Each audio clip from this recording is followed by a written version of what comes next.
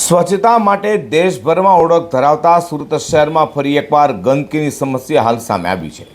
સુરત મહાનગરપાલિકા સંચાલિત ડીકેએમ હોસ્પિટલથી માત્ર 500 મીટરના અંતરે ત્યાં આવેલા વિસ્તારમાં કચરાના ઢગલા અને ગંદકીથી સ્થાનિકો પરેશાન બની ચૂક્યા છે। સ્વચ્છતામાં નંબર 1 લાવનાર સુરત મહાનગરપાલિકાના દીવા તળે જ અંધારું હોય તેમ લાગી રહ્યું છે, કારણ કે સુરતના વોર્ડ નંબર 13 વિસ્તારમાં આવેલા સુરત મનપા સંચાલિત ડીકેએમ હોસ્પિટલની સામે રહેતા લોકો છેલ્લા ઘણા સમયથી કચરા અને ગંદકીની સમસ્યાનો સામનો કરી રહ્યા છે। સ્થાનિકોએ આક્ષેપ કરતાં કહ્યું હતું કે અહીંથી પસાર થતા કેટલાક લોકો જાહેર માર્ગ પર જ કચરો ફેંકી જતા હોવાથી ગંદકીનું સામ્રાજ્ય સર્જાયું છે। આ બધે અનેક વખત વોર્ડ ઓફિસના અધિકારીઓને રજૂઆતો કરાઈ હોવા છતાં પણ કોઈ જ કાયમી ઉકેલ આવ્યો નથી। બીજી તરફ કચરો એકત્રિત કરતી ગાડી સમયસર ન આવતી હોવાથી કચરાના ઢગલા સતત વધી રહ્યા છે।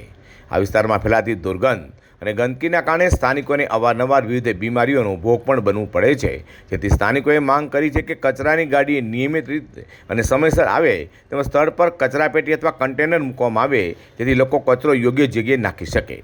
વધુમાં સ્થાનિકો પ્રશ્નો કર્યા હતા કે જ્યારે સુરતના અન્ય વિસ્તારોમાં ડોર ટુ ડોર કચરા સંગ્રહની સુવિધા ઉપલબ્ધ છે, ત્યારે આ વિસ્તારને કેમ વંચિત રખાયો છે, તેમ કહી ગંદકીની આ સમસ્યાને કાયમી ઉકેલ લાવવા માટે તંત્ર તાત્કાલિક પગલાં ભરે તેવી માંગ પણ કરી હતી।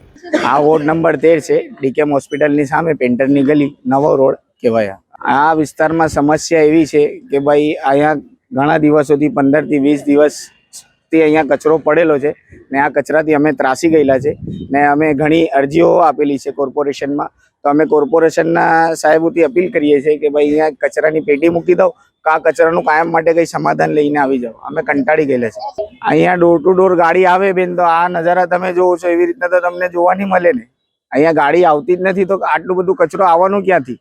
સુરત મનપા સંચાલિત ડીકેએમ હોસ્પિટલ સામે ગંદકીનું સામ્રાજ્ય જોવા મળતા સ્થાનિકોમાં પાલિકાની કામગીરી સામે સવાલો ઊભા થયા છે, તો સાથે સ્થાનિકોએ ડોર ટુ ડોર ગાર્બેજ કલેક્શનની ગાડી સમયસર ન આવતી હોવાના પણ આક્ષેપો કર્યા હોય। ત્યારે હવે જોવું રહ્યું કે પાલિકા ચોમાસા દરમિયાન ગંદકીને દૂર કરશે કે લોકોને ચોમાસામાં બીમારીઓનો ભોગ બનવું પડશે।